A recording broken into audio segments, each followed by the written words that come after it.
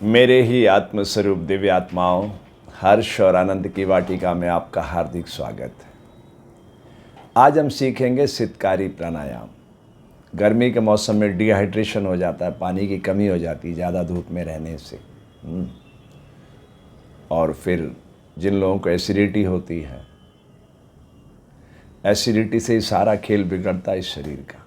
भोजन नलिका में छाले हो जाना, छाले जब विस्फोटक स्थिति में आते हैं तो अल्सर हो जाता है, अल्सर फिर कैंसर में तब्दील हो जाता है। ठीक है, तो उसको प्रारंभिक चरण में ही रोक देना चाहिए। तो ये मूल रूप से ये श्वान करता है।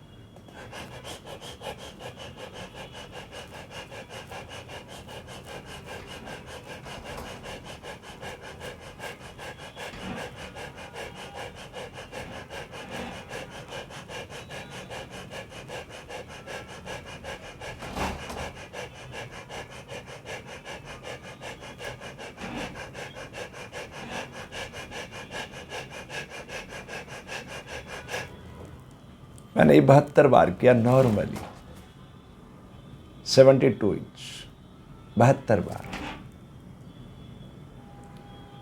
हमारी जो पल्स रेट है वो 72 बार 1 मिनट में धड़कती है।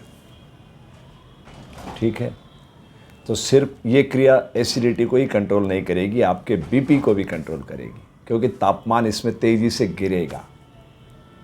ठीक है, तो इस यात्रा को शुरू करने से पहले मैं आपको इसका मूल स्रोत बता देता हूँ। श्वान है, कुत्ता, वो करता है। उस क्रिया से भारतीय ऋषियों ने इसको सीखा है। अब हम इसको वैज्ञानिक तरीके से एक फ्रेम में डिज़ाइन कर देते हैं। ठीक है, हमने शरीर को बिल्कुल मूर्तिवत ठहरा देना है। जिह्वा जितनी हम बाहर ले सकते हैं, फिर दांतों में भींच लेना है, और श्वास प्रश्वास जिह्वा पर ही संघात करेगी।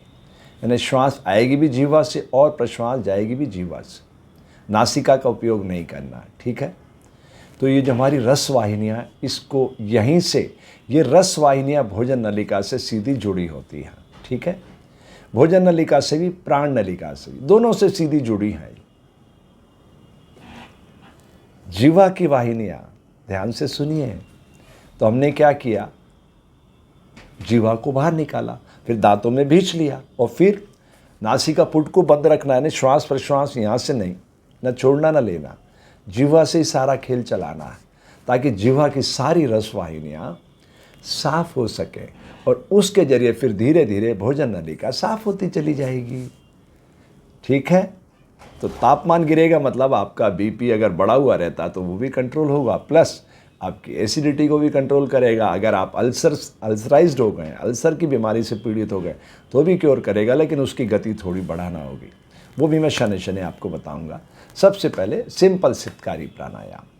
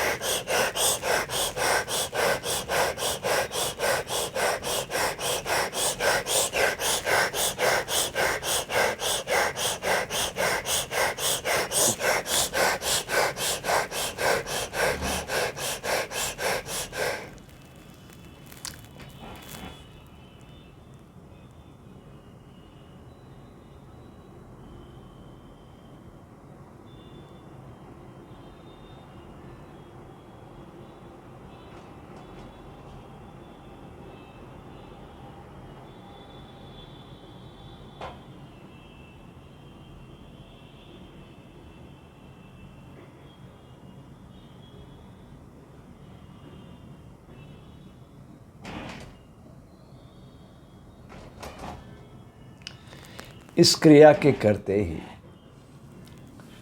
भोजन नलिका में जैसे किसी ने बर्फ की सिल्ली घीस घीस के उसमें बर्फ डालना शुरू कर दिया, पूरे शरीर में क्रैम्प्स, कानों में गूंज, दिमाग ठंडा। इतना सा करने पर प्राणायाम की भूमि पर उतरने के लिए सबसे पहला स्रोत है शरीर को मूर्तिवत ठहराना। फिर आंख बंद कर लेना। फिर जीवा को जितना बाहर खींच सकते हो खींचना। फिर दांतों में भींच लेना। फिर उस पे प्राण का संघात करना। जब प्राण भीतर उतरेगा तो मनोमय कोश के सहारे विचार शक्ति को एकाग्र करके कि भोजन नलिका में जो एसिडिटी ओवर हो रही है उसको बैलेंस करने के लिए मैं भारतीय ऋषियों की इस महान देन को आत्मसात कर रहा हूँ। सितकारी प्राणायाम।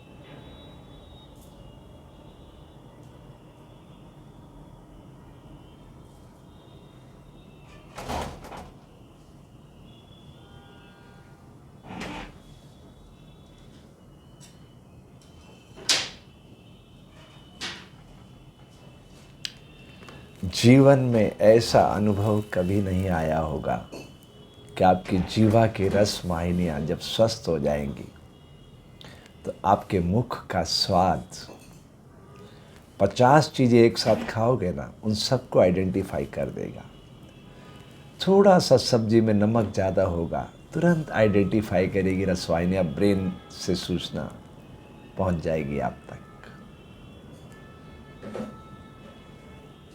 सिर्फ इतना ही नहीं, इस क्रिया से आपकी एसिडिटी तो कंट्रोल होगी, अल्सर भी कंट्रोल होगा, और अगर भोजन नलिका का कैंसर है वो भी धीरे धीरे क्योर होने लगेगा। इसकी समयावधि है 10 मिनट। मैं ये नहीं कह रहा कि आज ही आप 10 मिनट कर लीजिए, क्योंकि 10 मिनट में सारा ब्रह्मांड आपके भीतर आपको ये सब खेल रचाता हुआ दिखाई दे जाएगा।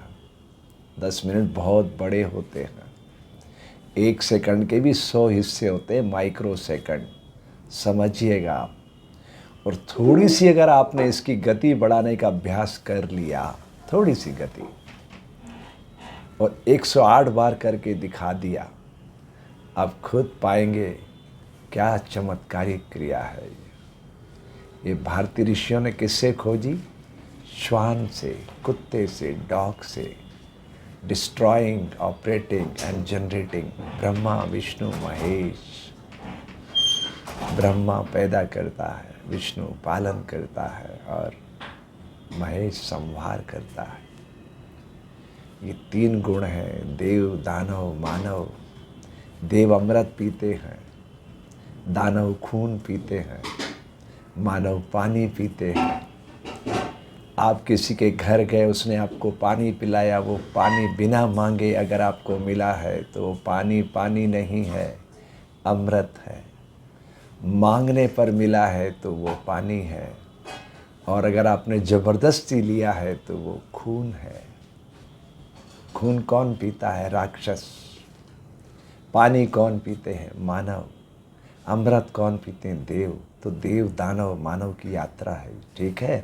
तो चलिए यात्रा को पूरी गंभीरता से शुरू करते हैं। जीवा कपाल पर नहीं, बाहर निकालना है, ठीक है। चलिए 1 मिनट पूरी ऊर्जा के साथ करेंगे।